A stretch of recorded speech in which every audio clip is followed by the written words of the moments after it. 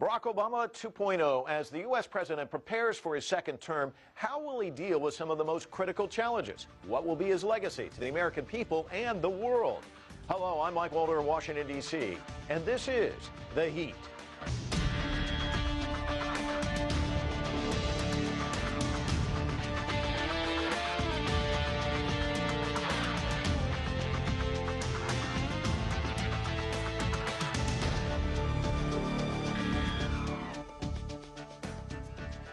The cheering and the chanting have ended. The pomp and circumstance of the inauguration are now a memory. But for Barack Obama, it leads back to cold, hard reality. And the U.S. president was quick to tell Americans that he intends to finish what he started in his first term.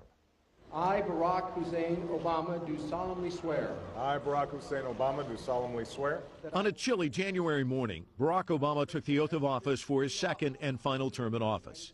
He was sworn in with a copy of the Bible that once belonged to Reverend Martin Luther King, Jr., the iconic American civil rights leader. Congratulations, Mr. President. As Americans watched, Barack Obama laid out what many are calling a sweeping liberal vision of his presidency. And he wasted no time in taking aim at the rising wealth disparity in the United States. For we, the people, understand that our country cannot succeed when a shrinking few do very well and a growing many barely make it. We believe that America's prosperity must rest upon the broad shoulders of a rising middle class. We know that America thrives when every person can find independence and pride in their work, when the wages of honest labor liberate families from the brink of hardship. But that wasn't all. In what is being interpreted as a clear challenge to opposition Republicans, he promised to stand firm on social and economic rights. For our journey is not complete until our wives, our mothers, and daughters can earn a living equal to their efforts. Our journey is not complete until our gay brothers and sisters are treated like anyone else under the law. For if we are truly created equal, then surely the love we commit to one another must be equal as well. The Republican Party also opposed the White House's push for health care reform, Wall Street overhaul, and immigrants' rights. But observers now believe that Obama, unburdened by the prospect of seeking another term, will pursue those goals with far more resolve. Even though he became the first African-American president in a country where blacks and whites were not allowed to drink from the same water fountain less than 50 years ago, lots of challenges remain. On average, the median household net worth for white families in the U.S. is nearly $111,000. That's 15 times richer than a Latino household and more than 20 times wealthier than the average African-American family, whose total household wealth is only worth around $5,000. Not to mention that 38% of America's prison population is black, even though African Americans account for only 12.6% of the country's overall population. That's exactly the kind of inequality and prejudice that Reverend Martin Luther King Jr. talked about in the 1960s, when he led the movement to end racial segregation in the U.S. I have a dream that one day on the red hills of Georgia, the sons of former slaves and the sons of former slave owners will be able to sit down together at the table of brotherhood. I have a dream that my four little children will one day live in a nation where they will not be judged by the color of their skin, but by the content of their character. I have a dream today. Joining me now from Atlanta is Reverend Martin Luther King Jr.'s son. He's human rights advocate and community activist, Martin Luther King III. Welcome to the show. We just heard your father's powerful words. You've heard them. They probably echo in your mind all the time. Is his dream still a dream, or is it a reality?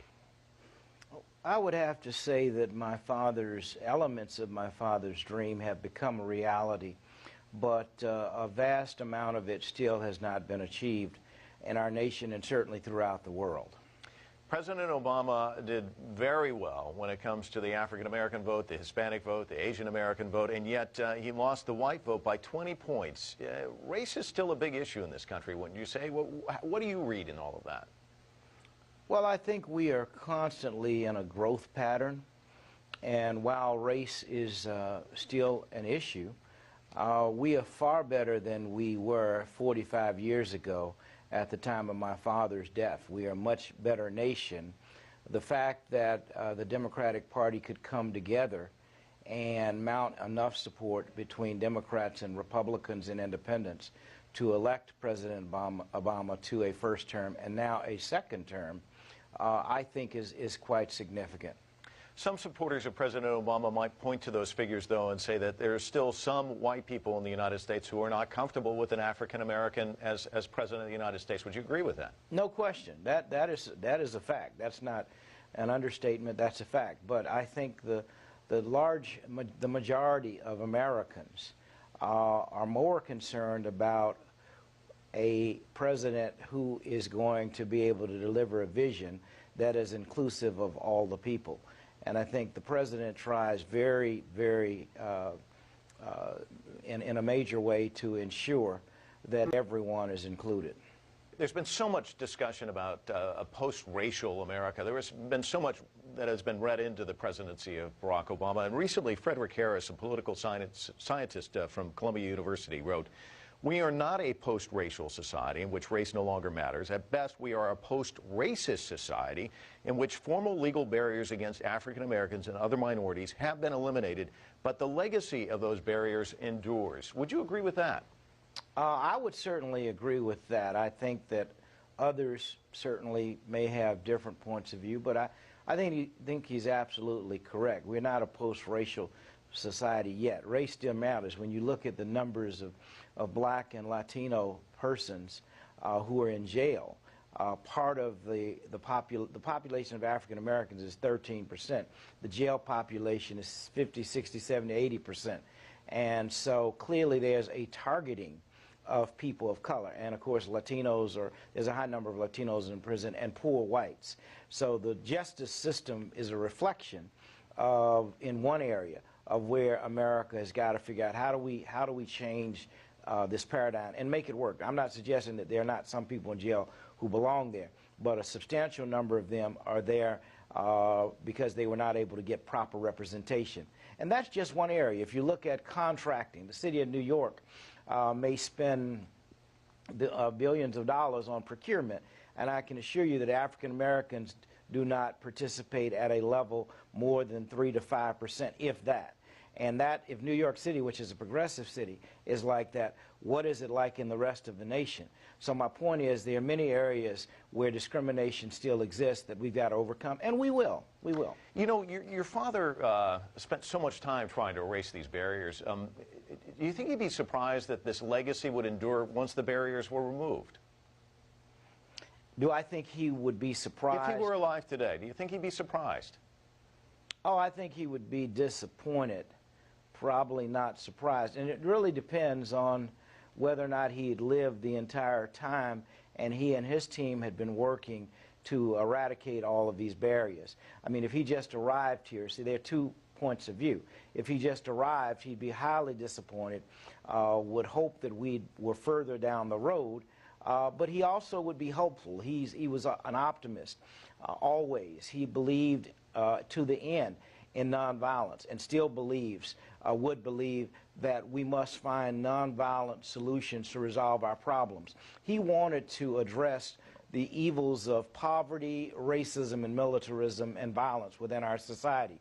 As I said, we've made great strides in race. In relationship to poverty, we've gone backward, and there are more people thrust in poverty.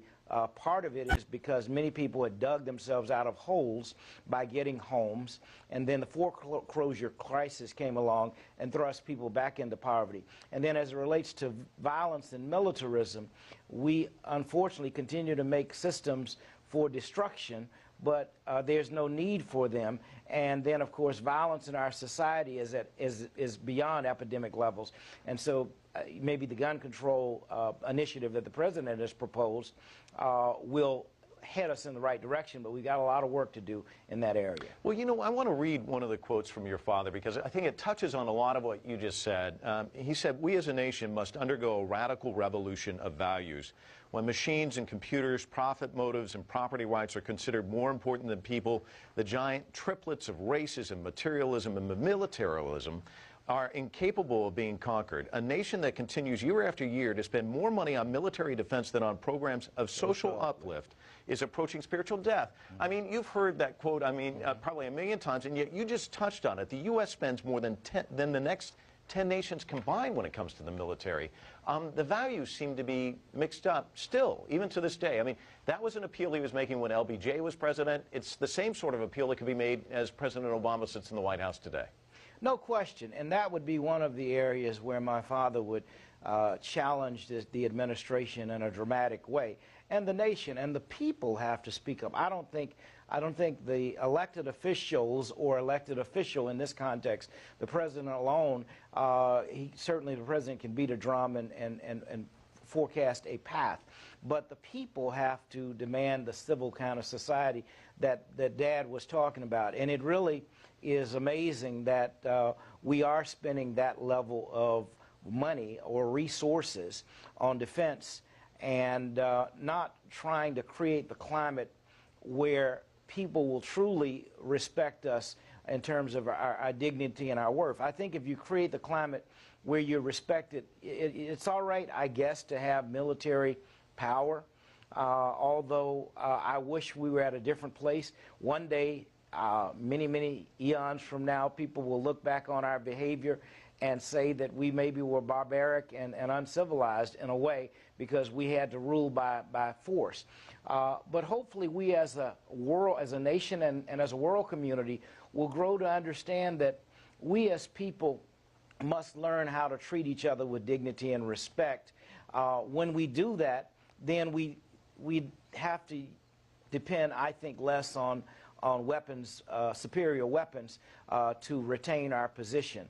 But it's almost like a cycle that we have gotten into, and that cycle has to change.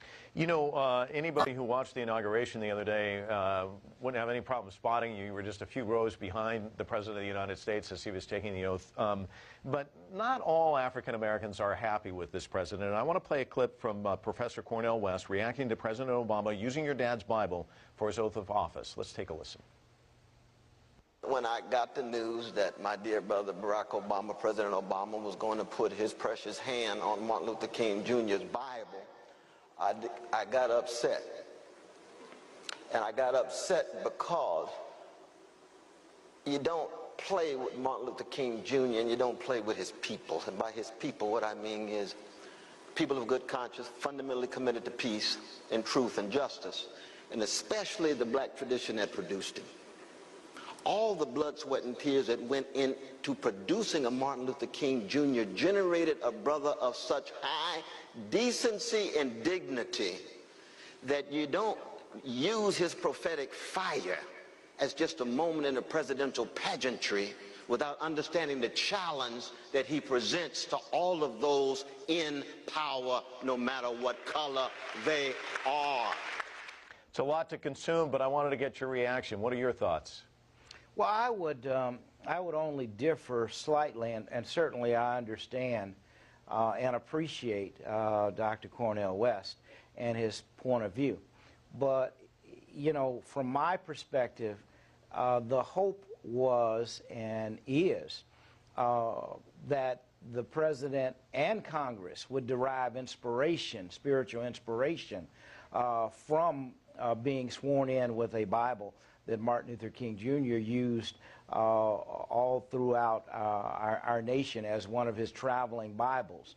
That is always what the hope is, and I think it is quite phenomenal that a president would be sworn in.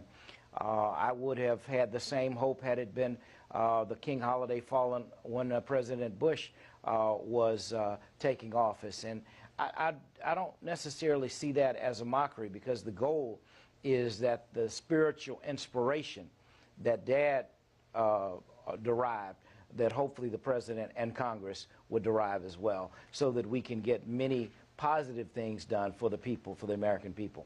Well, Martin, we've run out of time for questions, but thank you so much for joining us from Atlanta. Appreciate it. Thank you. Appreciate the opportunity. When we come back, what are the foreign policy flashpoints for Barack Obama, and how will he deal with those challenges? We will put those questions to our panel in just a few moments.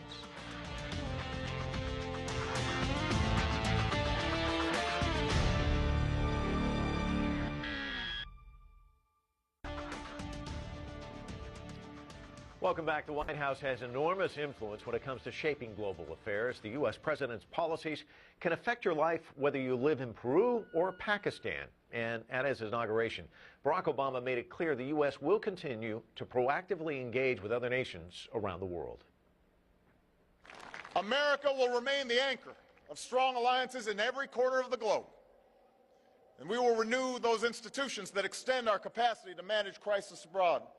For no one has a greater stake in a peaceful world than its most powerful nation. We will support democracy from Asia to Africa, from the Americas to the Middle East, because our interests and our conscience compel us to act on behalf of those who long for freedom. Joining me now to discuss President Obama's most daunting challenges abroad is Michael Moschella of the Truman National Security Project. It's an organization that promotes progressive security and foreign policy goals for the U.S. Also with me, Jim Phillips. He's the Senior Research Fellow for Middle Eastern Affairs at the conservative think tank, the Heritage Foundation. I want to welcome both of you to the show. Thank you, Mike. Let's start with that. His challenges in the second term when it comes to foreign policy. I'll start with you, Jim. How do you see him? Well, I think first and foremost, from a Washington point of view, is the Iran nuclear question. It seems that by the end of this year, there must be a resolution, either diplomatically or through the possible use of military force. At least that's what Israeli Prime Minister Netanyahu has suggested. And I think Iran looms very large, not only on the radar screen of Washington, but it should also in China and among many other powers around the world. Michael? Well, that's a good point. And clearly Iran is one of the most dangerous regimes in the world. They're trying to get their hands on one of the world's most dangerous weapons. And it's an example of success of the Obama administration. One of the reasons why we were watching a clip of him at his second inauguration. Now, when Obama came into office in 2008, Iran was on the rise and getting more powerful as a result of failed policies. And what's happened now is through the stiffest sanctions in really recent history, modern history, Iran is isolated, surrounded by enemies, and growing weaker by the day. Their currency is crippled. Now, the question is, what folks like Jim say is maybe we should start to go to war with Iran, and no credible military person thinks that that's a good idea. It could have really tough repercussions. What we have actually done is set forth a course that's working, and we should continue to play that out. But Jim, conservatives would say that perhaps the president hasn't been tough enough.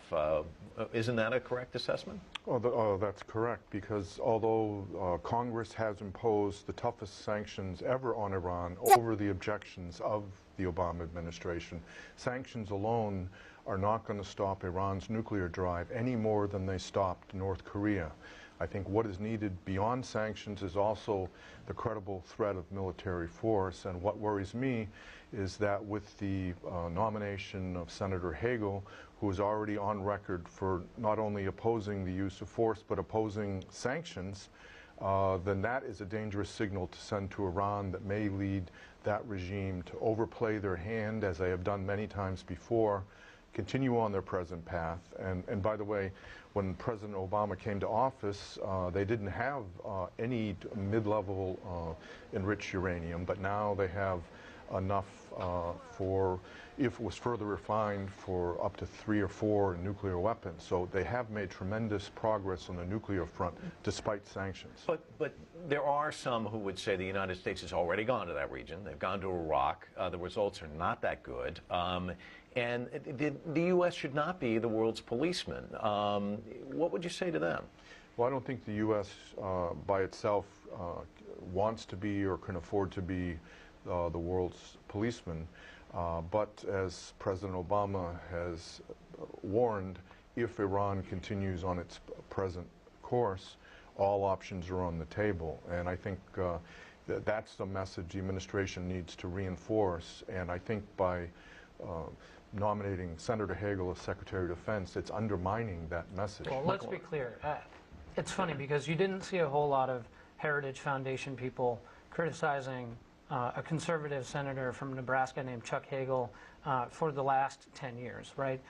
Now, all of a sudden, when he's joining the Obama cabinet, now it's time to take a political shot. The question is really what's best for the country. And we know that Chuck Hagel, as Secretary of Defense, is going to report to the Obama administration. And it's one of the administrations that's been phenomenal on foreign policy. They've taken out, obviously, the top terrorists in the world, Osama bin Laden, and many of the other top al-Qaeda leaders. They've had successes around the globe. He was, again, in part re-elected because of this. And so I think as Chuck Hagel joins a really good and proven national security team in the White House, the folks who are executing those sanctions against Iran, that it'll be a really good fit, and it'll be good for the military, and it'll be good for the country. I want to talk about this changed president, first administration second. His inaugural address in 2009, he said, "To the Muslim world, we seek a new way forward based on mutual interest and mutual respect." Didn't hear that this time around.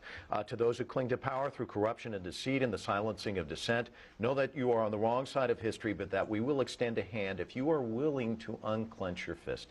Again, this time around, we heard something in the neighborhood. This is one phrase I picked up. We will support democracy from Asia to Africa, from the Americas to the Middle East.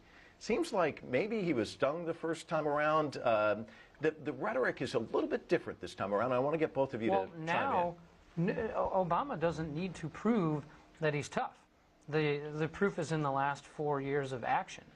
When he came into office, you had a senator who had been only in the Senate for a few years and didn't have a ton of foreign policy experience. I think now, coming into his second term, it's a very clear record of success. And so you can start to focus on sort of some of the big picture, carrot and stick issues, right? We're going to be strong, but also we're going to care about things like allies. We're going to promote human development around the world. And these are things that, as a toolkit, keep America as a global leader, not just, hey, can we bomb Iran? But they weren't really unclenching the fist. The Muslim world, he's had his issues there. I mean, would you think that he's a different president this time around? Well, I hope he's more realistic, because I think there was a lot of wishful thinking in the first term about engaging Iran. The administration tried with that speech right from the beginning in his first inaugural, his first interview. And the Iranian regime showed that it won't unclench its fist, because its fist is around the throat of its own people, and it thinks it'll be overthrown if it does unclench its fist.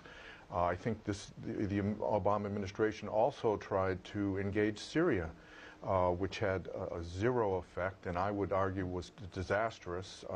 And unfortunately, Senator Kerry, who was one of the advocates of engaging Syria, is now in a position of Secretary of State. I hope, or is nominated to be Secretary of State. I hope he's a lot more realistic in the future. I'm glad Jim brings this up, because this is a big defining difference between a president like Obama and some of the conservatives who had some really serious foreign policy failures under Bush.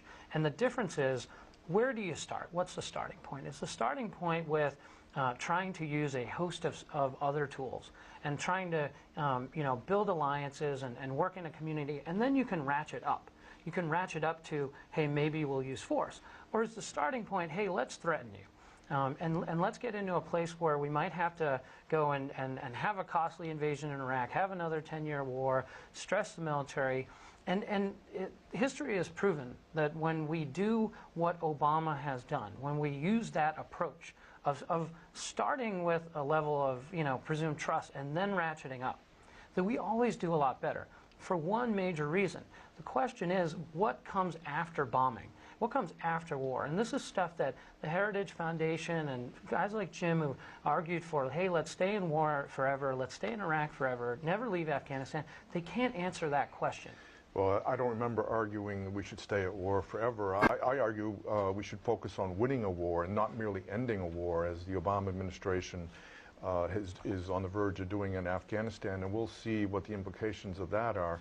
When the Obama administration went into Libya, it had a lot less allies than the U.S. did when it went into Iraq. If you think that, number of allies is the key indicator of success. That's not true. We know that when Obama went into Libya, that it was at the request of pretty much the entire global community. And when we went into Iraq, that it was very controversial. And then, you know, what was the payoff for going into Libya? The Benghazi attack, and you know, I think one other reason why President Obama dropped some of the rhetoric in the second inaugural speech is that, according to the Pew Global Survey, U.S. policy is much less popular in the Arab and the Muslim world now under President Obama than it was under President Bush. And so I think the administration hopefully will rethink its policies in the second term. I want to push back on something that Jim said about Libya, because Libya, the payoff was that we prevented a slaughter of millions of people. And that's a payoff that we believe in as a country that stands for human rights. And Libya was an example. But some would say there's a slaughter going on in Syria and standing much on the bigger sideline. slaughter. Okay. And so this is the point of it. Now, Libya was an example where pretty much everybody around Libya wanted us to help. Right? There was a clear and defined role. And we were able to affect an outcome without the loss of American life. And we were able to put a country in arguably a much better position. There's a lot to be done, but a much better position. Now, in Syria, it's a little different situation. It's a far more complex system. We've been doing a lot of work to help with the rebel groups, right? And so what you want to do is more targeted approaches. And so what you're thinking of as an Obama approach to foreign policy is understanding very clear payoffs, understanding very clear exit plans so that there's a high benefit to cost ratio, as opposed to, hey, let's mobilize the troops. We've had guys in 4 or 5 tours in Afghanistan right now.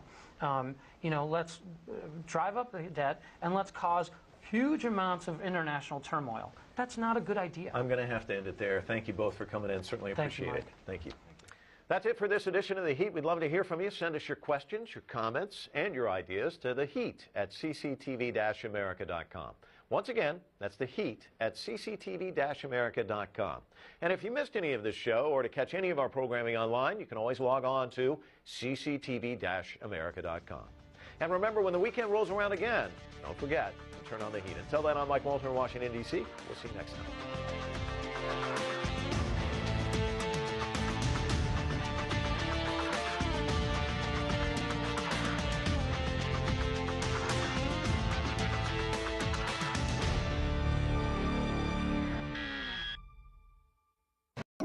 Barack Obama 2.0. As the U.S. president prepares for his second term, how will he deal with some of the most critical challenges? What will be his legacy to the American people and the world? Hello, I'm Mike Walter in Washington, D.C., and this is The Heat.